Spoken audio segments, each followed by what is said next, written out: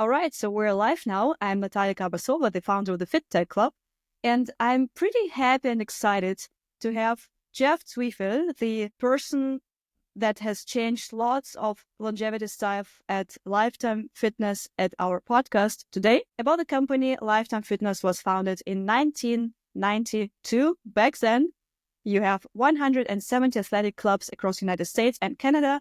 You guys offer different stuff from swimming pools to spas to cafes to athletic facilities, and obviously now also longevity clinic.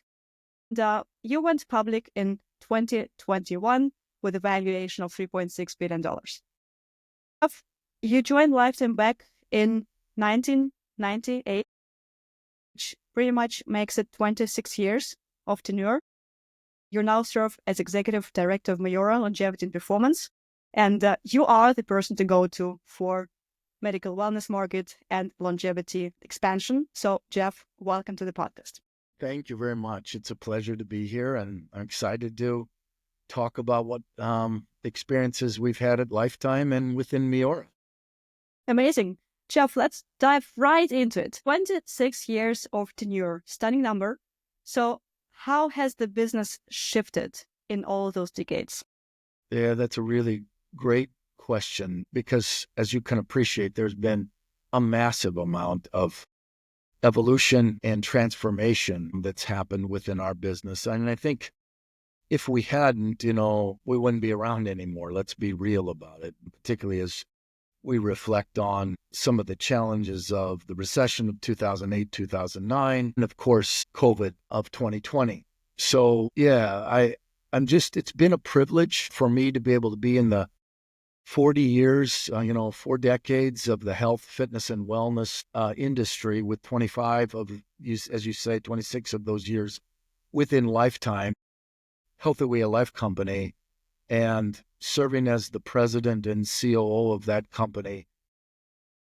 When I started with Lifetime, we had 7 clubs, all located in Minnesota, and grew to 180 clubs now.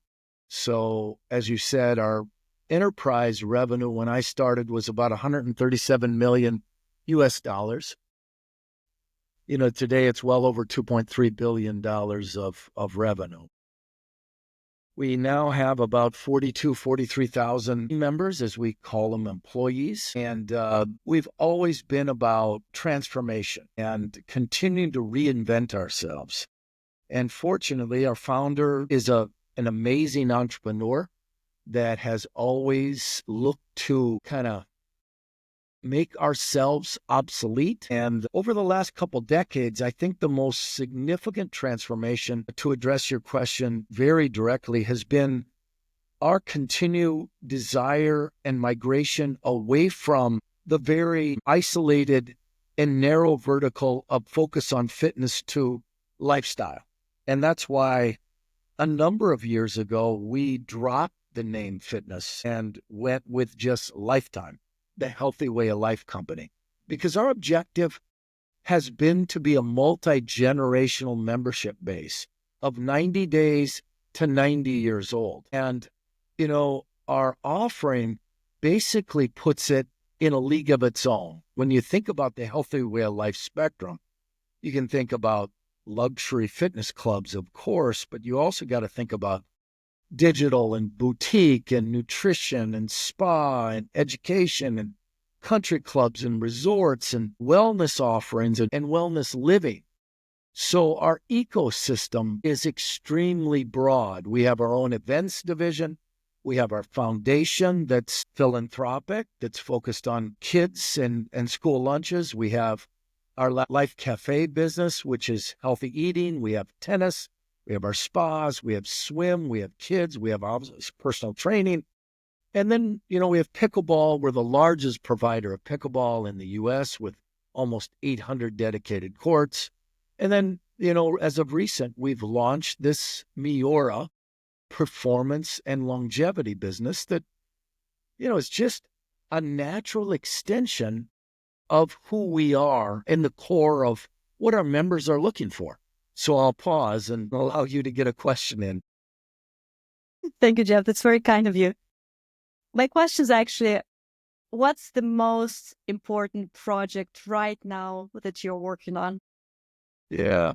Yeah. The most important project really is twofold that I'm working on. One, like we said, is the MIORA longevity and performance business and how Lifetime will successfully scale this initiative, because we've been working diligently now for a year and a half on perfecting the model. We're a large organization now with about 1.5 million access members and another 1.5 million digital members of Lifetime ecosystem. And everything that we do has got to now be, I think, accretive, certainly additive to the customer experience of Lifetime. And so when you think about our member, we looked at the MIORA business and this longevity business that says Lifetime has such a unique right to win. We've got 17.2 million square feet of real estate under roof within our clubs. We have significant underutilized real estate today that we can quickly redeploy and convert to alternative use. We got the 1.5 million members with a household income of $157,000. That's up 30% since 2019. We're going to have record utilization of our clubs of 112 million visits per year. So it's amazing opportunity. And these members are highly educated. They're committed and interested in investing in their own health and wellness. And they're also interested in all the biohacks, right, of red light and cryotherapy and infrared saunas and peptides and hormone therapy. So they're extremely well-educated, already pursuing these services outside of our four walls today.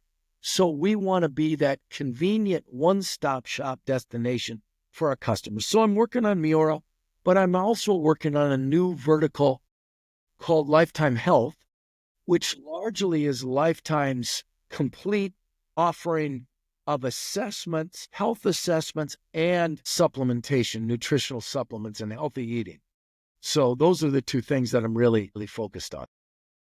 MIORA aims to provide preventive care, health optimization.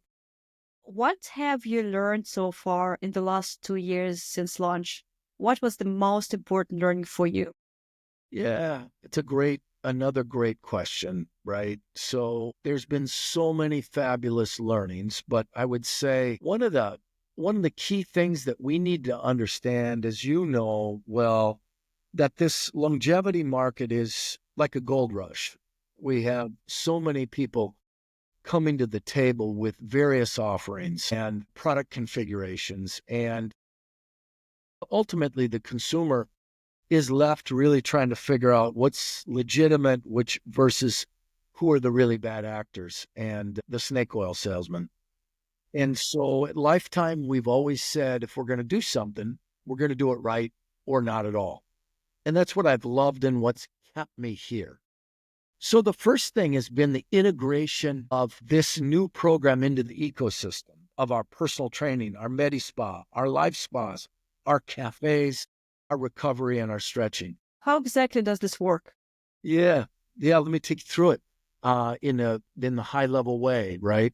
So we got 8 pillars of the business, if you will. We got a metabolic code, it's called, and the metabolic code is really the initial start of the program. It's really where we'll get this metabolic profile, which involves in-house phlebotomy, the comprehensive blood work, and the metabolic code questionnaire, and creates this personalized report. So we'll do this report. It's about, $400 for you to get 100 biomarkers for us collected it. And then you'll sit down with our medical provider and do a 1-hour review. We'll create an action plan. We'll determine what medications, what hormones, what peptides, what supplements, what IVs. We'll connect you to our registered dietitian for a 1-hour review, and they will create a nutrition, lifestyle, and exercise plan along with our personal trainer. And then we will continue to manage your program. You will subscribe to a monthly membership that's a $299 a month membership on top of your club membership. That's where you get program-specific exercise programming. You get a virtual trainer. You get nutrition and lifestyle programming. You get hormone optimization. You get the access to the innovative peptides.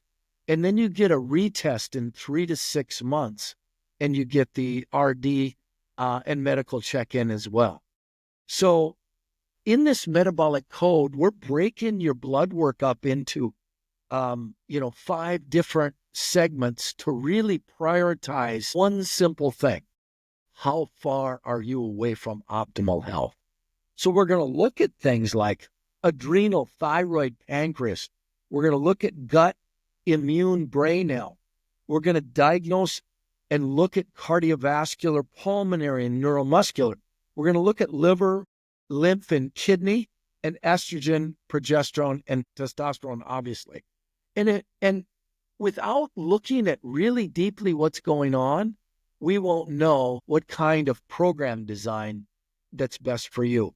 So within MIORA, what we've done is made a really, I think, elegant and well put together program that's also affordable to the masses. So you got metabolic code. At least in the United States. Yeah, go ahead. Yeah, go ahead. At least in the United States, absolutely. Yes, just in the United States today, we've launched and piloted in a downtown location in Minneapolis. And now we're in the process of launching in our club, a new club that we're offering in Chicago, Illinois. We'll go to Florida market. We'll go to the Texas market next and the California market. And we'll use this as a hub and spoke within our markets. In other words, in Minnesota, we got 22 clubs. And all of our members within the market can come to this location for MIORA. Chicago, we've got over 100,000 members within the 12 clubs that we offer in the Chicago market. So again, we've been able to do 2 key things. Validate the customer journey is tremendous and impeccable, getting great retention and great customer satisfaction scores. 2, we had, as a public held company, as you mentioned, we've been public twice, just to be clear, 2004 and 2021 in our history. Thanks for clarifying. Yeah, we went private in 2015 at $72.10 a share. But we also had to make sure that the unit economic model was powerful and strong. So again, one of the key learnings as well was choosing the right practitioner, right?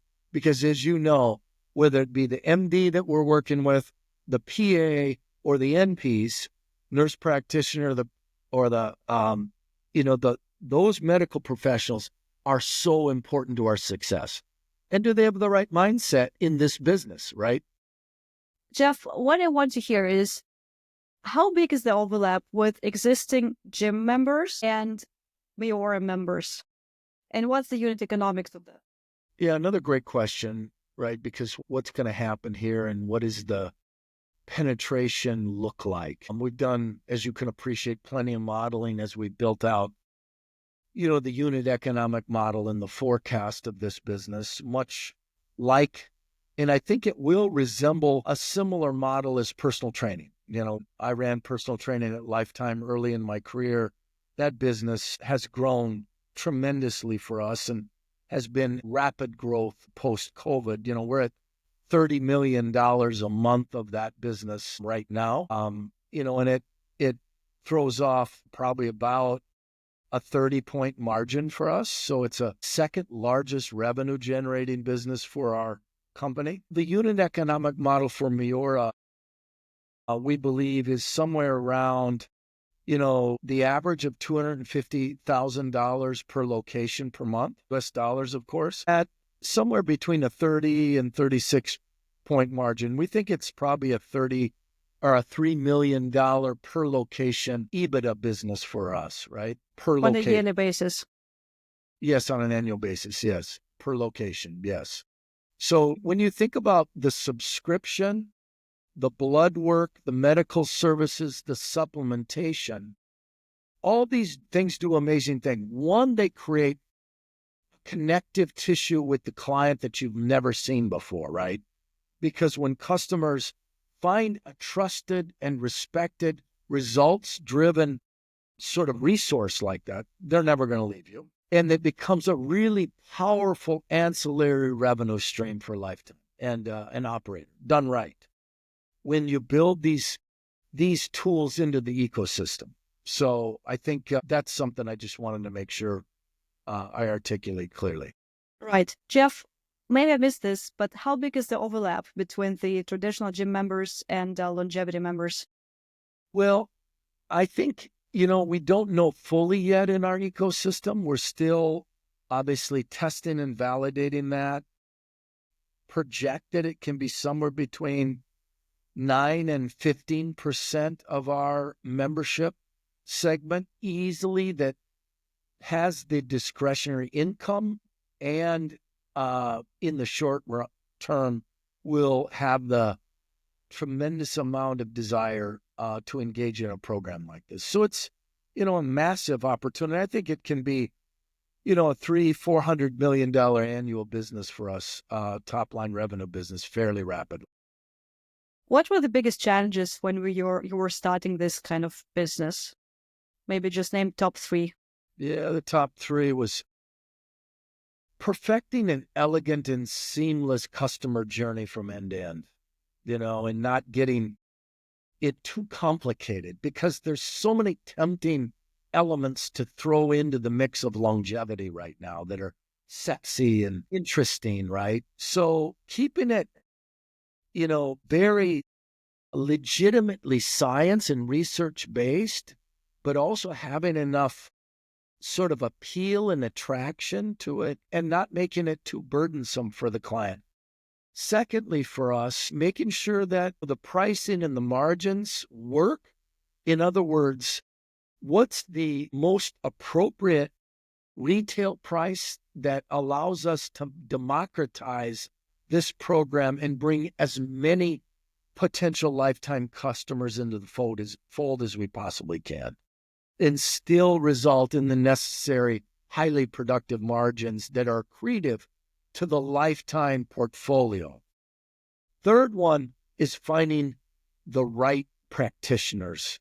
You have practitioners that are newbies on one end of the continuum that really don't know shit. And then you have on the other end of the continuum practitioners that are set in their ways and they're not ready and not flexible to adapt to new findings in the longevity category. So it's finding that right mix that's so important. Does that make sense?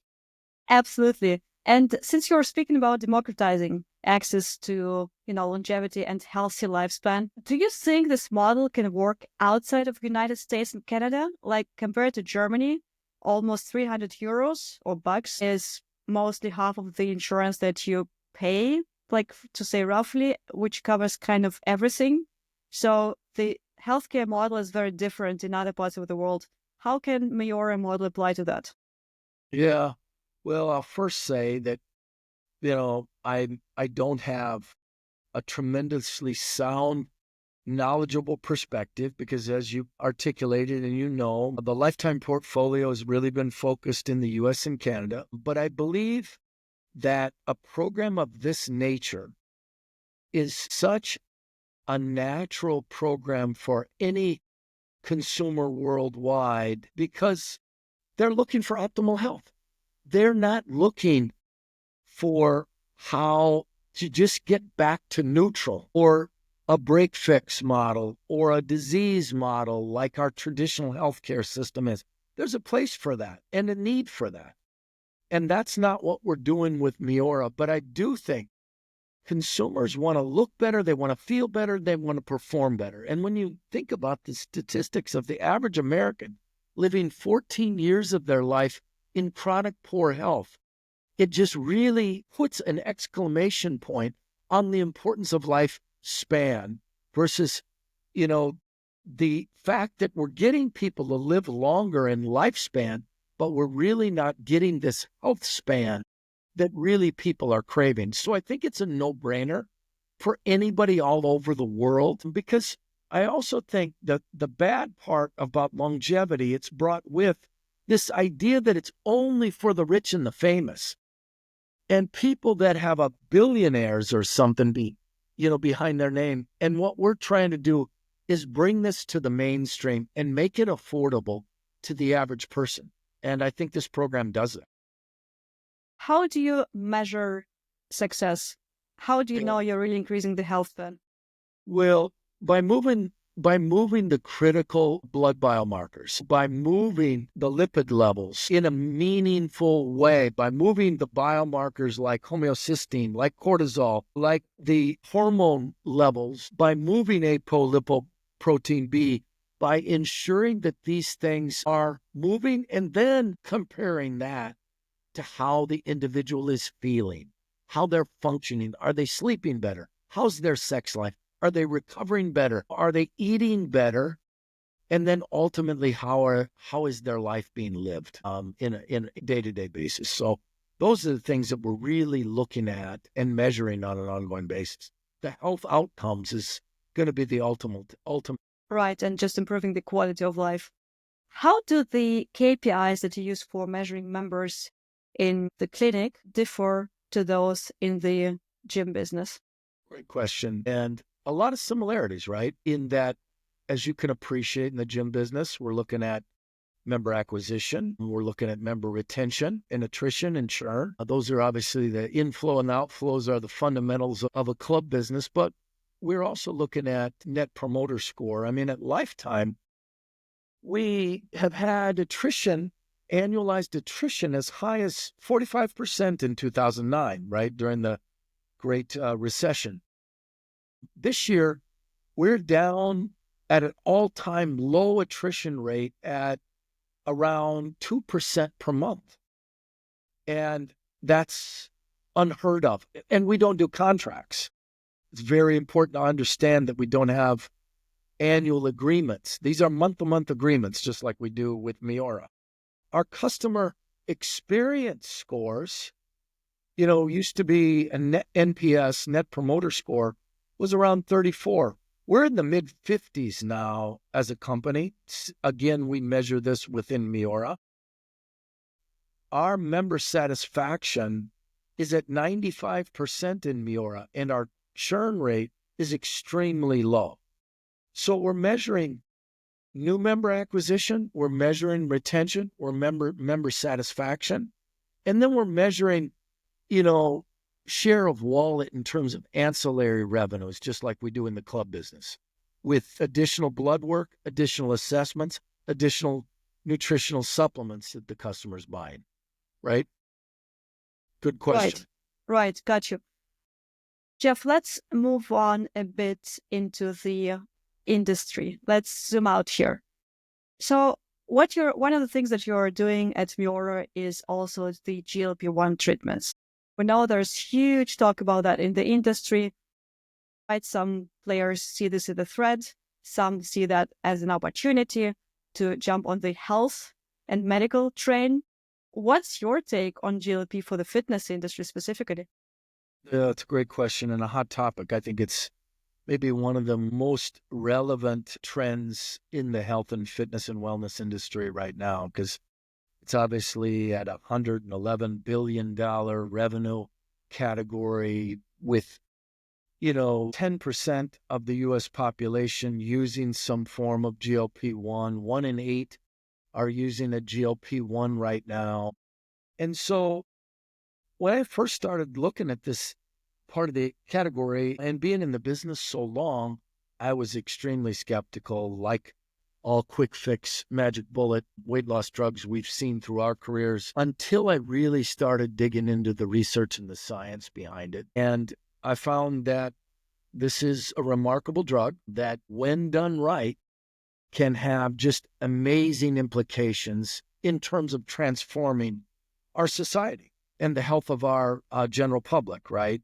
We must look at different ways of solving this problem because, as you well know, in the U.S. particularly, what we've been doing isn't working.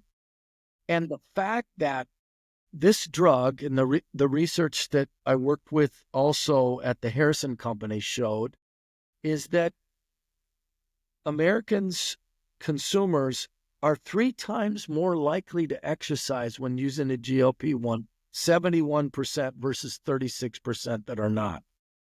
And that simple premise is the underlying reason why I know that we're going to see customers coming into the clubs and the gyms and boutiques that we would never see before, because they feel more comfortable coming into the club. Their prediction, again, at the Harrison Company was that this will provide a $6.7 billion TAM to the health club industry, total addressable market. And so there are a number of factors there beyond just the hope factor.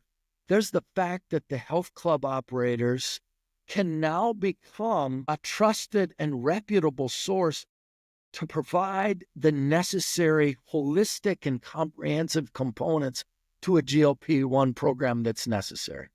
Let's face it, these drugs are becoming everywhere. At the Super Bowl in the U.S., many of us saw a 60-second spot by him and hers. It started out fabulous, helping portray the current realities that we're faced with the obesity epidemic, with 70% of Americans being overweight or obese. But we can dispense this product for $199 or whatever, and you can be on your way, and it will serve as your magic bullet.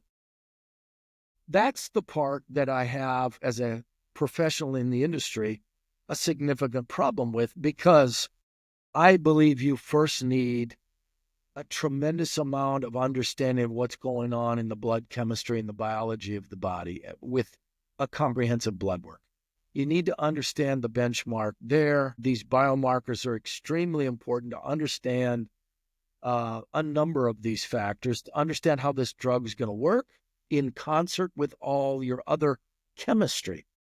And then, of course, as we know, undeniably, we need to think about the dosage schedule and the titration of this drug. At MIORA, for example, we only are going to allow the customer to lose no more than 3 or 4 pounds a week, because we know that rapid weight loss does what? It intensifies the loss of muscle, of course, and alters the metabolism in a way that doesn't allow someone to maintain that weight loss over time. So we're going to titrate the dosage up of GLP-1s very gradually over 6 to 8 weeks. That does 2 things. It mitigates some of the horrible side effects that become prevalent in these drugs, with nausea and diarrhea and constipation, and also helps thwart the loss of lean body mass. We're going to get you to the point where ultimately you achieve your desired weight loss, and we're going to titrate you back off the drug. Ideally, with the other lifestyle behavior changes of cardiovascular exercise, of high protein intake, of proper hydration, and rigorous resistance training of periodization, and body composition testing through our DEXA scan, we're going to make sure that you have a wraparound lifestyle program that you can maintain and then ultimately, hopefully, go off the drug in time. So I think it's a remarkable drug. I think it can have undeniably massive ramifications for our society's overall health, because the implications of kidney disease, heart disease, renal failure, hypertension, in addition to the number of downstream complications ranging from osteoarthritis to sleep apnea to Alzheimer's disease, are going to be far-reaching here, many of them that are largely directly correlated to obesity, of course. And this idea of chronic inflammation that comes with obesity and being overweight, and the negative implications of what we call metaflammation and how we can deal with that, that's at the core of so much of what we're doing within MIORA, longevity and performance. What's Lifetime's biggest future market segment? It's a great question, because today we are tremendously successful on serving the 90 days to 90 years old. Some of our biggest growth has been with the senior population in a program we called Aurora, and our rapid growth post COVID with that senior population that we were somewhat underserving, and now we're able to bring them into our clubs during non-prime times, and they're able to create these social connections that are so amazing within pickleball and within our life cafes, with coffee clubs, and ultimately so many other things. But I would say, we're going to continue to probably effectively serve the Gen Zs and the Gen Alphas effectively as any other generation, because as we know, they're joining clubs at a larger rate than any other generation. They're naturally seeking wellness now more than ever. They're more health conscious. They're doing more strength training than ever before. Obviously, the explosion of free weights and Pilates programs that we're double down on. And they're using things like alcohol less than other generations. So another indication that their commitment to wellness is starting. We're finding customers as young as 26 starting to get involved in biohacking, right? Red light, infrared sauna, cold plunges, right? They also have problems with anxiety and sleeping disorders and sexual function that they need to have addressed at an early age. So it's not just for people like me that they're in their 60s. It's for people that, in their late 20s, early 30s that are starting to think about how are they taking control of their health at an early age. Absolutely. We live in a chaotic world and we all need kind of sense of security. Jeff, what advice would you personally give to a fitness entrepreneur or wellness entrepreneur who wants to move into the medical wellness and longevity space? Yeah. Just one piece of advice. Yeah. Do your research, dig deep, get around and understand and get under the hood and evaluate what other people are doing, what they're having success with. And then find out very clearly and define what model is going to be most appropriate connective tissue to your particular operating model. What's the natural connection? Be curious, look around the corner, and really make sure you do your research and assess things before you simply try to throw something together, and make sure that you're legitimate in terms of being on the leading edge, but not doing things that are just a fleeting kind of sexy kind of offering in the short term. Last question, my favorite one. Looking 5 to 10 years ahead, what trend or technology in your industry excites you most? Yeah, well, I think what excites me the most is how we're going to be able to take personalization, digitalization, and AI, and really understand on a 360-degree basis what's happening to a customer. Have the machine learning of predictability of these protocols that we're using, whether they be exercise, nutrition, or pharmaceutical treatments, and have this really high degree of accuracy of understanding these outcomes that I think are really going to dramatically improve the flywheel effect of programs like MIORA and the like. And I think that's going to be remarkable. And for the consumer to have these digital dashboards to really understand how they're moving the needle on their health outcomes and feeling better and performing longer and improving health span, I think that's what's going to be most exciting. Jeffrey, thank you so much for this conversation. Really appreciate it. Thank you very much. Appreciate the time.